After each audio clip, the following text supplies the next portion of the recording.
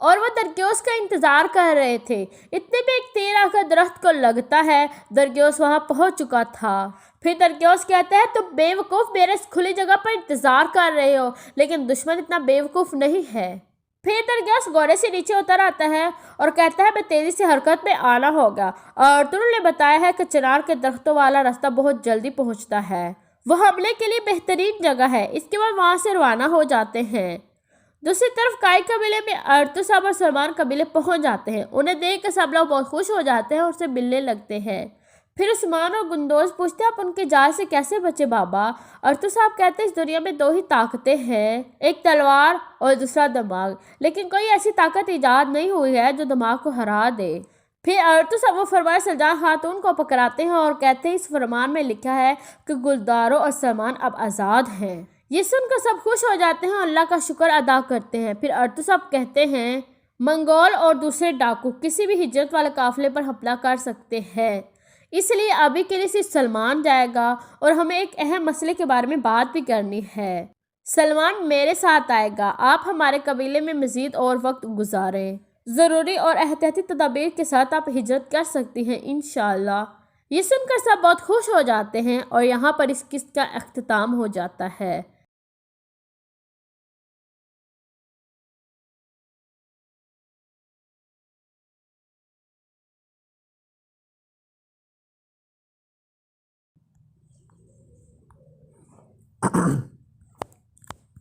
حضرت محمد صلی اللہ علیہ وسلم ہمارے پیارے نبی ملک عرب میں پیدا ہوئے۔ اس سرزمین پر پہلے بیج انبیاء کرام میں بثوث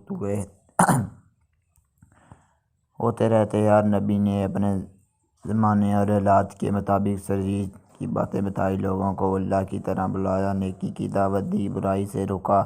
آخرت میں ہمارے پیارے نبی حضرت محمد صلی اللہ علیہ وسلم محبوب ہوئے۔ آپ نے بھی وہی تعلیم دی جو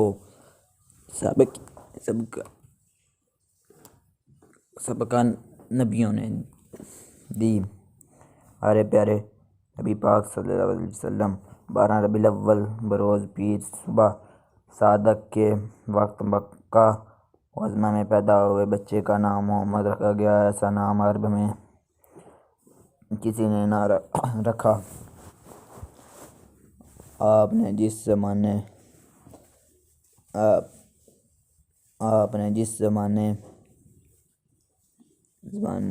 زمانے میں پیدا ہوئے اسے عام الفیل کہا جاتا ہے۔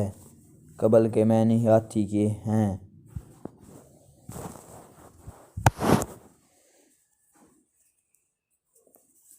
یمن کا بادشاہ رہا کعبے پر حملہ کرنے کی غرض سے آیا تھا۔ فوجی کو سپاہی ہاتھوں پر سوار تھے۔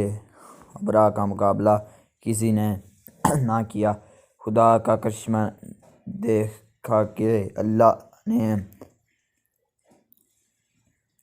ابرہہ کو فساد کر دیا۔ اس کے بہت سی سپاہی ہلاک ہوئے۔ عرب میں دستور تھے کہ بچے پیدا ہوتے ہی داعیہ کے حوالے کر دیے جاتے اور وہ اپنے گاؤں لے جا کر اپنی نگرانی میں پرورش کرتے۔ بچے کھلی ہوئی ہوا میں پرورش پاتے، تندرست اور توانا رہتے، صاف ستھری زبان سیکھتے۔ زبان میں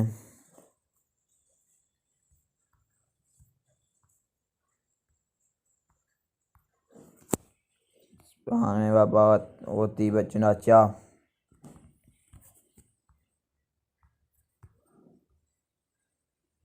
چنانچہ اس روایاتی دستیاب کے مطابق آپ صلی اللہ علیہ وسلم کو حلیمہ سعدیہ کے حوالے کیا گیا۔ جب آپ کی عمر 6 سال کی ہوئی تو حلیمہ سعدیہ آپ کی حضرت آمنہ کے پاس لے آئی۔ کچھ عرصے بعد حضرت آمنہ کا انتقال ہو گیا۔ ماں کی شفقت سے محروم ہونے کے بعد آپ کے دادا عبدالمطلب نے پرورش کرنے کی ذمہ داری سنبھال لی۔ حضرت عبدالمطلب آپ کے پیارے محبت کے ساتھ پرورش کرتے رہے۔ 2 سال کے بعد ان کی وفات ہو گئی تو آپ کے چچا ابو طالب نے آپ کو لے لیا۔ ہر طرح سے آپ کا خیال رکھا اور آپ کو آپ صلی اللہ علیہ وسلم کی نگرانی کرتے رہتے۔ جب آپ صلی اللہ علیہ وسلم کو کچھ سمجھدار ہوئے تو تجارتی سفر میں ابو طالب کے ساتھ جاتے تھے۔ ایک بکری آپ صلی اللہ علیہ وسلم بکریاں بھی چراتے تھے، اپنے چچا کے گلوں کی رکھوالی بھی کرتے اور چرانے کے لیے جنگل لے جاتے۔ آپ نے اپنے چچا ابو طالب کے ہمراہ کئی تجارت سفر کیے، خرید و فروخت کی طریقے سیکھے۔ سفر کے دوران بھی بہت سی لوگوں سے ملاقات کرتے تھے۔ مکہ میں ایک خاتون رہتی تھی، نام ختیجہ تھا۔ عورت تو تھی لیکن مصلحتین تھی، وہ بھی تجارت کرتی تھی اور اپنا مال ملک شام بھیجتی تھی۔ حضرت ختیجہ آپ صلی اللہ علیہ وسلم کے بارے میں اکثر سنتی کرتی تھی۔ آپ صلی اللہ علیہ وسلم کا کامیاب تاجر ہیں اور آپ کی اعلیٰ وصفات اور حسن اخلاق سے بھی واقف تھی۔ لوگوں کی زبان سے کہتے سنا آپ صلی اللہ علیہ وسلم صادق اور امین ہیں، لوگوں پر رحم کرتے ہیں۔ حضرت ختیجہ دل میں کہنے لگی کہ ایسے راست باز اور سچے آدمی سے ملنا چاہیے، شاید وہ کاروبار میں مدد کر سکے۔ انہوں نے آپ صلی اللہ علیہ وسلم کو پیغام بھیجا۔ حضور صلی اللہ علیہ وسلم بی بی خدیجہ کے گھر پہنچے۔ بی بی خدیجہ نے حضور صلی اللہ علیہ وسلم سے عرض کیا کہ آپ صلی اللہ علیہ وسلم تجارتی مال لے جا کر فروخت کریں، مجھے آپ جیسے شخص کی ضرورت ہے۔ حضور صلی اللہ علیہ وسلم نے اسے پیشکش کے منظور کر لیا، چنانچہ تجارت کا مال لے کر شام جانے کے لیے تیار ہو گئے۔ حضرت ختیجہ نے اپنے غلام مصرع آپ کی خدمت کے لیے عمرہ کر دیے۔ قافلہ روانہ ہوا۔ آپ ملک شام کی طرف جا رہے تھے تو راستے میں بصرہ کے قریب ایک یہودی عالم ربی رہتے تھے۔ آپ اس کے قریب سے گزرے، کچھ دیر تانے کے لیے ایک درخت کے سائے میں بیٹھ گئے۔ ربی نے آپ صلی اللہ علیہ وسلم کو خوب غور سے دیکھنا شروع کر دیا اور مصرع کو اشارے سے اپنے پاس بلا کر پوچھا، یہ تمہارے ساتھ کون ہے؟ اس نے کہا، یہ ایک شخص کا تعلق قبیلہ قریش سے ہے۔ ربی نے کہا، خدا کی قسم، اس درخت کے سائے تلے سوائے نبی کے کوئی نہیں بیٹھتا۔ کاش میں اس وقت تک زندہ رہتا جب اس شخص کی نبوت ملتی۔ شام کے وقت سے واپس لوٹے۔ مال فروخت کرنے کے بعد جو رقم حاصل کی آپ نے حضرت ختیجہ کے حوالے کی۔ حضرت ختیجہ نے مصر سے سفر میں پیش آنے والا حالات دریافت کیے اور آپ صلی اللہ علیہ وسلم کے بارے میں بھی پوچھا۔ مصرع نے سفر کے دوران پیش آنے والا واقعہ اور آپ کے صلاح کردار کے بارے میں سب کچھ تفصیل سے بتا دیا۔ مصری نے جو باتیں بتائی اس سے آپ رضی اللہ عنہ بہت متاثر ہوئیں اور حضور اکرم صلی اللہ علیہ وسلم کی زوجیت میں آنے کے لیے آپ صلی اللہ علیہ وسلم سے نکاح کی درخواست کی۔ خضر صلی اللہ علیہ وسلم نے پیشکشی منظور کر لی۔ آپ کی عمر 25 سال تھی اور حضرت ختیجہ رضی اللہ عنہا کی عمر 40 سال تھی، 15 سال کا فرق تھا۔ نکاح ہو گیا۔ تقریباً میں حضرت حمزہ، حضرت ابو طالب، حضرت ابوبکر صدیق اور برادران قریش شریک ہوئے۔ حضور صلی اللہ علیہ وسلم نے مہر میں 20 اونٹ دیے۔ شادی کے بعد حضور صلی اللہ علیہ وسلم کی حالت بہتر ہوگی۔ آپ صلی اللہ علیہ وسلم غریبوں کا خیال رکھتے، بے کسوں کی مدد فرماتے تھے۔ سودا لوگوں کے کام آتے تھے۔ قریش آپ صلی اللہ علیہ وسلم کی سچائی اور حسن اخلاق کے قائل ہو گئے۔ ہر شخص آپ کی تعریف کرتا تھا۔ انجمن خلیف الفصوص افضول۔ یوں تو ساری عرب میں گمراہی پھیلی ہوئی تھی، ہر طرف بد نظمی اور انتشاری کے حوالے پائے جاتے تھے۔ کمزوروں کا کون ہے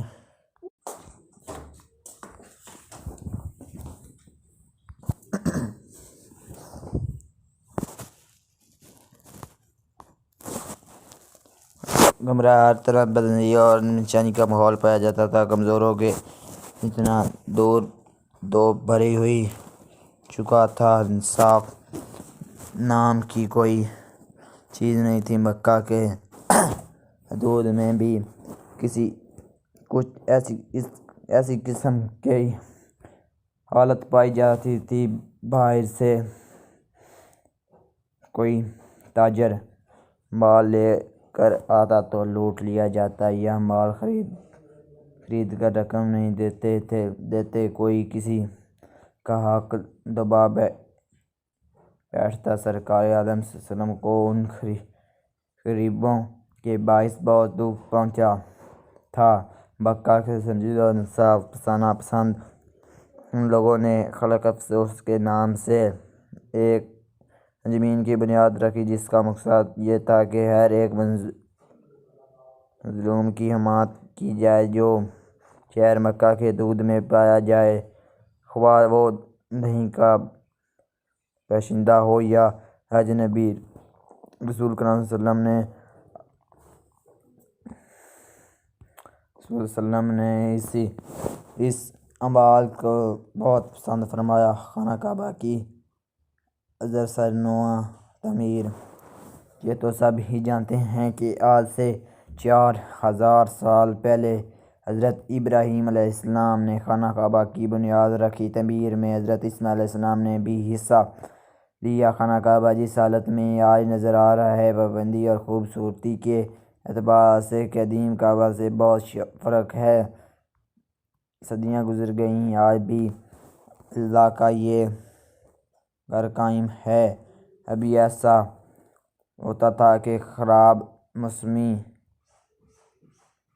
حالت اور بارشوں کی وجہ سے عمارتیں بوسیدہ ہو جاتی تھیں تو مرمت کروانے کی ضرورت پیش آتی تھی۔ جب سرکار عالم عمر مبارک 35 سال تھی تو ایک مرتبہ پھر صرف پیش آئی تو تعمیر کا کام شروع ہوا۔ کام تو مکمل ہو چکا، صرف سنگ سواد رکھنے کی باری آئی۔ سنگ سواد رکھنے ہر شخص کے لیے ایک اعلیٰ اعزاز تھا۔ سرداروں میں سے ہر شخص یہ چاہتا تھا کہ یہ سعادت اس کے ہاتھ میں آئے۔ اس کے لیے لڑائی جھگڑے کی نوبت آ چکی تھی۔ بعد میں اتفاق رائے سے یہ بات منظور آئی کہ اگلے روز صبح سویرے سب سے پہلے جو شخص خانہ کعبہ میں داخل ہوگا، وہ جو فیصلہ کرے گا، ہم مان لیں گے۔ دوسری صبح سرکار عالم کو خانہ کعبہ کی طرف آتے ہوئے دیکھ کر سب نے ایک آواز ہو کر کہا، صادق آ گئے، امین آ گئے۔ سرداروں نے فیصلہ کرنے کی اختیار آپ صلی اللہ علیہ وسلم کو دی۔ آپ صلی اللہ علیہ وسلم سالت مقرر ہونے آپ صلی اللہ علیہ وسلم نے ایک چادر منگوائی۔ درمیان میں آپ صلی اللہ علیہ وسلم نے اپنا مبارک ہاتھوں سے سنگ سواد رکھا اور اس کو کونے سرداروں سے پکڑوا کر حجرِ اسود کو خانہ کعبہ تک لے گئے، اس کی جگہ پر رکھ دیا۔ آپ صلی اللہ علیہ وسلم کے ایک منصفانہ فیصلے کی سب نے تعمیر کی۔ رسول کریم صلی اللہ علیہ وسلم کا ہر لمحہ اور ہر وقت عبادت الہی میں گزرتا تھا۔ آپ صلی اللہ علیہ وسلم ہر کام اللہ کی مرضی کے مطابق کرتے۔ ایک مرتبہ کسی صحابی نے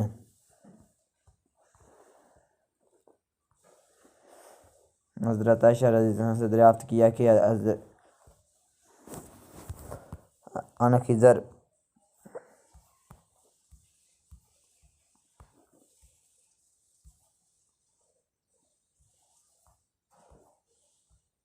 ان خضر کے بارے میں کچھ فرمائیں۔ حضرت عائشہ رضی اللہ عنہا نے فرمایا کہ آپ صلی اللہ علیہ وسلم کی زبان ہر لمحے اللہ کا ذکر رہتی تھا۔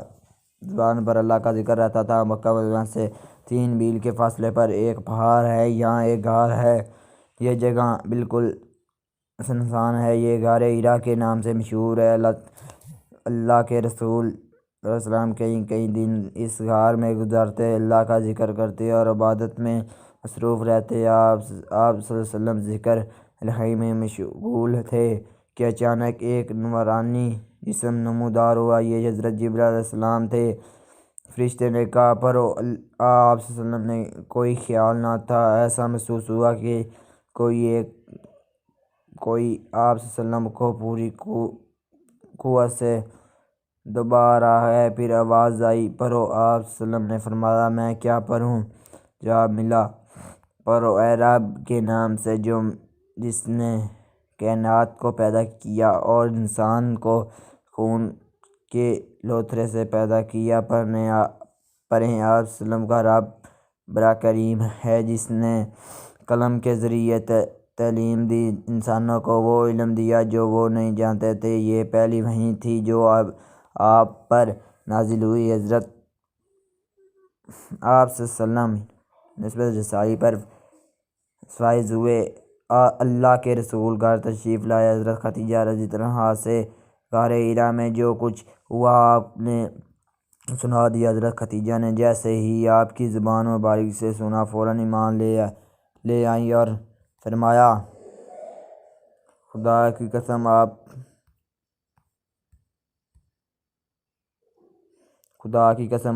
اللہ آپ صلی اللہ علیہ وسلم کو کبھی رنجیدہ نہیں کرے گا۔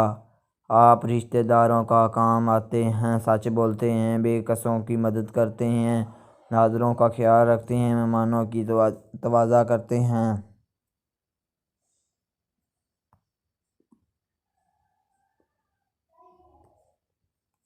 اور نیک کاموں میں ہاتھ بٹاتے ہیں، بے بہودہ باتیں نہیں کرتے۔ حضرت خدیجہ رضی اللہ عنہا کو اپنے بھائی ورقہ بن نوفل کے پاس لے گئیں اور واقعہ بیان کیا۔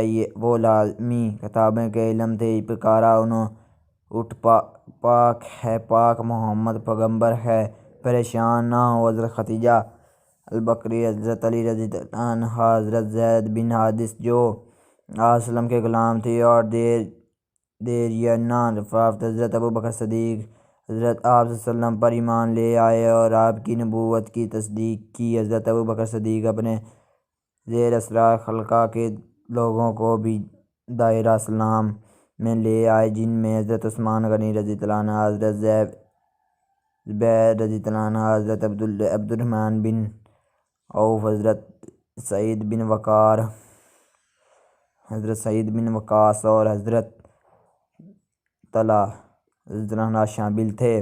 ایمان لانے والوں میں اضافہ ہی ہوتا رہا، حتیٰ کہ مسلمانوں کی تعداد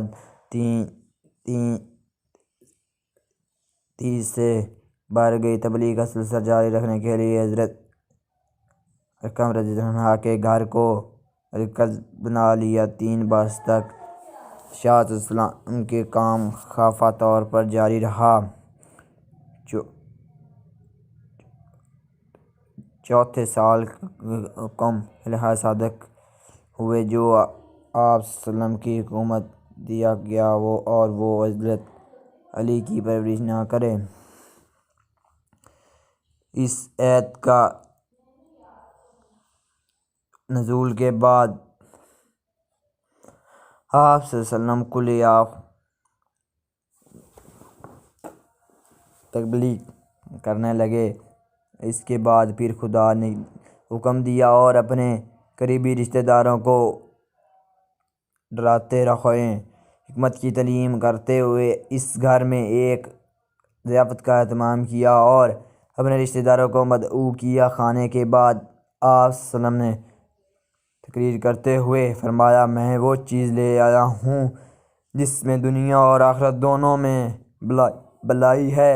پھر آپ صلی اللہ علیہ وسلم نے مہمانوں سے پوچھا، ایک نیک کام ہے، اس میں کوئی میرا ساتھ دے گا؟ مجلس میں خاموشی چھا گئی، جواب کسی سے نہ بن پڑا۔ اچانک حضرت علی رضی اللہ عنہ اٹھ کر کھڑے ہوئے اور فرمایا، میں عمر میں کمیز ہوں لیکن میں آپ صلی اللہ علیہ وسلم کا ساتھ دوں گا۔ حضرت علی رضی اللہ عنہ کے کہنے پر لوگ ہنس پڑے۔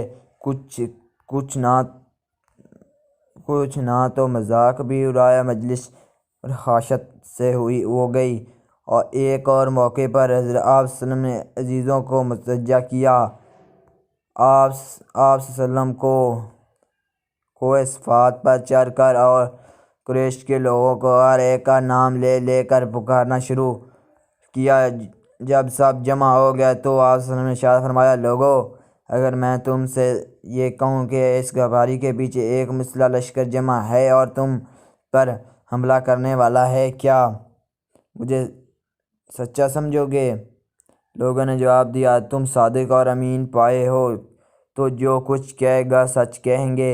آپ صلی اللہ علیہ وسلم نے فرمایا، تم کو ایک خدا کی جانب بلاتا ہوں، اور تمہارے دلوں میں جو وہم ہے میں اسے دور کرنا چاہتا ہوں۔ میں تمہیں خبردار کر رہا ہوں کہ کفر شرک سے باز آ جاؤ، ایک خدا پر ایمان لاؤ، ورنہ تم برباد ہو جاؤ گے۔ تم اس دن سے ڈرو جب خدا کے سامنے حاضر ہوگے، اپنے اعمال کا حساب دینا ہوگا۔ قریش ایک آپ کی زبانی بات سن کر حیران رہ گئے، اور باپ دادا کے دین اور بت پرستی کے خلاف آوازیں سن کر طیش میں آ گئے۔ آپ کے چچا ابو لہب غصے ناک ہو کر کہنے لگے، کیا اس غرض سے تو نے ہم سب کو جمع کیا تو سوائے ہو گیا؟ اس نے جتنی بھی باتیں بتائیں اس پر کسی نے توجہ نہ دی۔ جب آپ صلی اللہ علیہ وسلم نے بتوں اور بت پرستی کے خلاف بولنا شروع کیا تو سب آپ صلی اللہ علیہ وسلم کے دشمن ہو گئے۔ ایک دن رسول کریم صلی اللہ علیہ وسلم کعبہ میں بیٹھے ہوئے تھے کہ کچھ فاصلے پر آپ صلی اللہ علیہ وسلم کے مخالفین بھی بیٹھے ہوئے تھے۔ ان میں شامل عتبہ بن ربیعہ بھی تھے، اور وہ رسول کریم صلی اللہ علیہ وسلم کے قریب آئے اور کہا، اے میرے بھائی کے بیٹے، ہم اپنے باپ دادا کی طرح پر ہیں، تو تم نے ہمارے درمیان پھوٹ ڈال دی ہے، گھروں میں جھگڑا پیدا ہو گیا ہے۔ ایک شرط پر تمہاری خواہش پوری کرنے کے لیے تیار ہوں۔ وہ شرط یہ ہے کہ ہمارے باپ دادا کی دین کو جھنڈانا کہو اور ہمارے منصوبوں کو برا نہ کہو۔ جو کچھ مانگو گے ہم دینے کے لیے تیار ہیں، جتنی دولت مانگو گے ہم دینے کے لیے دیں گے۔ بادشاہ بنیاد پسند کرو تو بادشاہ بنیں گے، ہر کام میں تمہاری مرضی ہوگی، بغیر تمہاری مرضی کے کوئی کام نہ کریں گے۔ اس کے جواب میں آپ صلی اللہ علیہ وسلم نے قرآن کریم کی تلاوت کی، میں بھی تمہاری طرح ایک انسان ہوں، مگر مجھ پر وحی آئی ہے کہ تمہارے معبود ایک خدا ہے، اس لیے اس کی طرح رجوع کرو اور اسی سے معافی مانگو۔ وہ اور افسوس ہے مشرکوں پر جو خیرات نہیں دیتے، آخرت پر ایمان نہیں رکھتے۔ البتہ وہ لوگ جو ایمان لائے اور نیک عمل کیے ان کے لیے بہت بڑی اجر ہے جو کبھی ختم نہیں ہوگا۔ آپ صلی اللہ علیہ وسلم نے البتہ سے فرمایا، عتبہ تم سن چکے ہو، اب جو راستہ تمہیں بہتر ہو وہیں اختیار کرو۔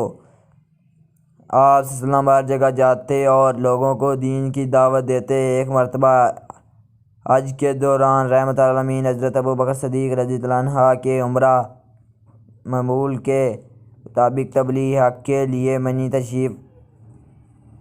تشریف لے گئے، جہاں عرب کے کونے کونے سے زائرین آتے ہوئے تھے۔ دعوت توحید دیتے ہوئے ایسی مجلس میں پہنچے جو بڑی عظیم اور باوقار تھی، چنانچہ مذہب اور زیبا جہت اشخاص بات چیت میں مصروف تھے۔ حضرت ابوبکر صدیق رضی اللہ عنہ نے آگے بڑھ کر سلام کیا اور ان سے پوچھا، اے بیت اللہ کے مہمانوں، تم کس قبیلے سے تعلق رکھتے ہو؟ جواب ملا، ہم شیبان بن سبلہ کی اولاد ہیں، ہم فارس کے پڑوسی ہیں اور کسری کے زراسر ہیں۔ حضرت ابوبکر صدیق رضی اللہ عنہ اس قبیلے سے واقف تھے، ان سب کو پہچان گئے۔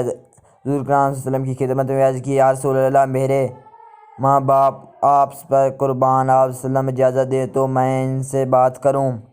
حضور اکرم صلی اللہ علیہ وسلم نے اجازت دی۔ حضرت ابوبکر صدیق نے ان سے تفصیلی سے گفتگو کی اور حالات سے آگاہ کیا، پھر حضور اکرم صلی اللہ علیہ وسلم ان سے مخاطب ہوئے، میں تم کو ایک بات کی طرف بلاتا ہوں کہ تم گواہی دو کہ سوائے اللہ کے اور کوئی عبادت کے لائق نہیں، اور میں اللہ کا رسول ہوں۔ میں چاہتا ہوں کہ تم میری مدد کرو بنو تاکہ میں اللہ کے احکامات بغیر کسی رکاوٹ پہنچا سکوں۔ آپ صلی اللہ علیہ وسلم نے فرمایا، قریش نے اللہ کے احکامات کی کھلی خلاف مخالفت کی ہے، اس کے رسول کو جھٹلایا، غلط بات پر قائم رہے، سچ کا انکار کیا۔ اللہ بے شک تمہاری باتوں سے بے نیاز اور تعریف کے لائق ہے۔ ان میں سے ایک شخص جس کا نام مفروق تھا پوچھا، اور کس چیز کی دعوت دیتے ہو؟ اس کے جواب میں حضور صلی اللہ علیہ وسلم نے قرآن حکیم کے چند آیات تلاوت فرمائی، جن میں حکم دیا گیا ہے کہ اللہ کے ساتھ کسی کو شریک نہ کرو، ماں باپ کے ساتھ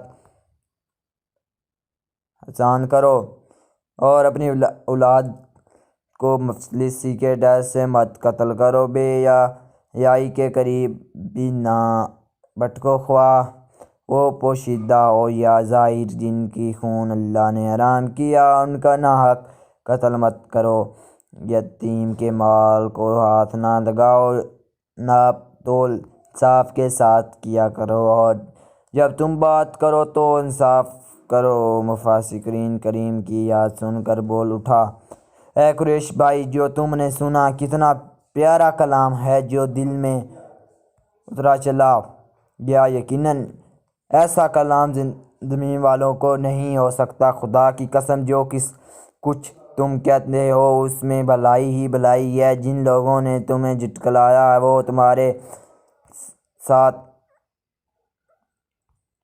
زیادتی کی ہے۔ حضور صلی اللہ علیہ وسلم اپنی قوم کی ریاست پر لانے اور برائی سے روکنے کے لیے تبلیغ کرتے رہے۔ کفار قریش تو پہلے ہی سے دشمن بن چکے تھے اور کئی بار حضرت ابو طالب کے پاس شکایت لے گئے تھے۔ پھر ایک مرتبہ حضرت ابو طالب کے پاس آئے اور ان سے کہا، اے ابو طالب، آپ سن رشید بزرگ ہیں، ہم سب آپ کی قدر کرتے ہیں۔ ہم نے آپ سے پہلے بھی کہا تھا کہ آپ اپنے بھتیجے کو منع کریں، وہ ہمارے منصوبوں کے خلاف باتیں کرتا ہے، اب ہم برداشت نہیں کریں گے۔ آپ انہیں ایسا کرنے سے باز رکھیں یا ان پر سے دست شفاعت اٹھا لیں اور ان کی مدد نہ کریں۔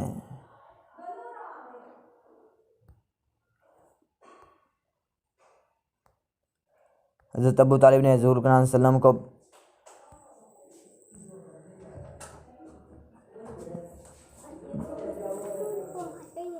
تشریف لائے تو